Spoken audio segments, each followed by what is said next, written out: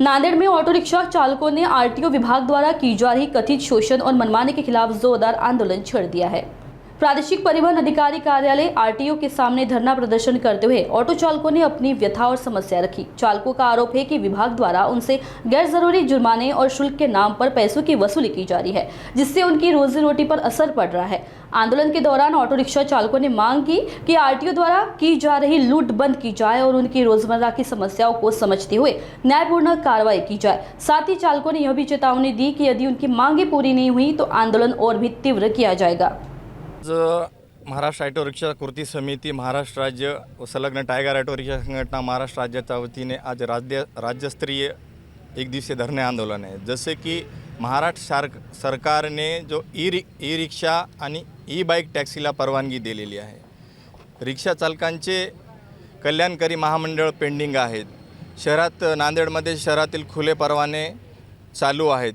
E bike जे E रिक्षा आहेत त्यांना परवाना धोरण तयार करायला पाहिजे। ह्या रिक्षांना परमिट काढताना पोलीस कॅरेक्टर लागते, रहिवासी लागते, सगळे नियम लागतात। आणि ई रिक्षा जे आता नांदेड शहरामध्ये फक्त आधार घेऊन या आरोपीला रिक्षा देतात, तर ते शहरामध्ये फक्त कारवाईच्या नावावर रिक्षा चालकांना टार्गेट करतात। शहरामध्ये खुलेआम अवैध वाहतूक आहे, यांच्याकडे वाहतूक आणि आरटीओ यांच्याकडे बघण्याची भूमिका नाही।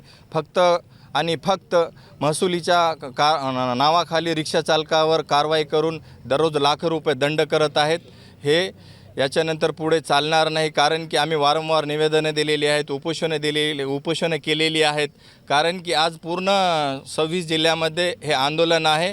याच्यापुढे आम्ही पूर्ण महाराष्ट्र बंद करणार आहोत, कारण की आमच्यापाशी काही राहिलं एक रिक्षा चालकां कोविडपासून तर रिक्षा चालक मेलेला आहे। कारण की आज ई बाईक आलेली आहे, परवानगी दिलेली आहे, ती तात्काळ रद्द झाली पाहिजे। आणि ई रिक्षा आहे त्याला परवाना किंवा त्यांना आमच्यासारखे नियम अटी झाले पाहिजे। आणि जे आरटीओ आणि यांची मनमानी चालू आहे ही तात्काळ थांबली पाहिजे। आणि वाघी पासिंग ट्रॅकवर रिक्षा चालकांना आरटीओ हे पिळवणूक करत आहे, कारण की आज रिक्षा चालक 200-400 रुपये येऊन टेकलेला आहे। त्याच्यामध्ये फॅमिली आहे, फायनान्स आहे, कारण की आज शिक्षण आहे। आज आत्महत्या शेतकरीसारखं रिक्षा चालकाला आत्महत्या केल्याशिवाय पर्याय राहिलेला नाही, कारण की आज आम्ही इथं रोडवर आहोत। उद्याला आमचे पण इथं आम्ही आत्मदहन करल्याशिवाय राहणार नाही।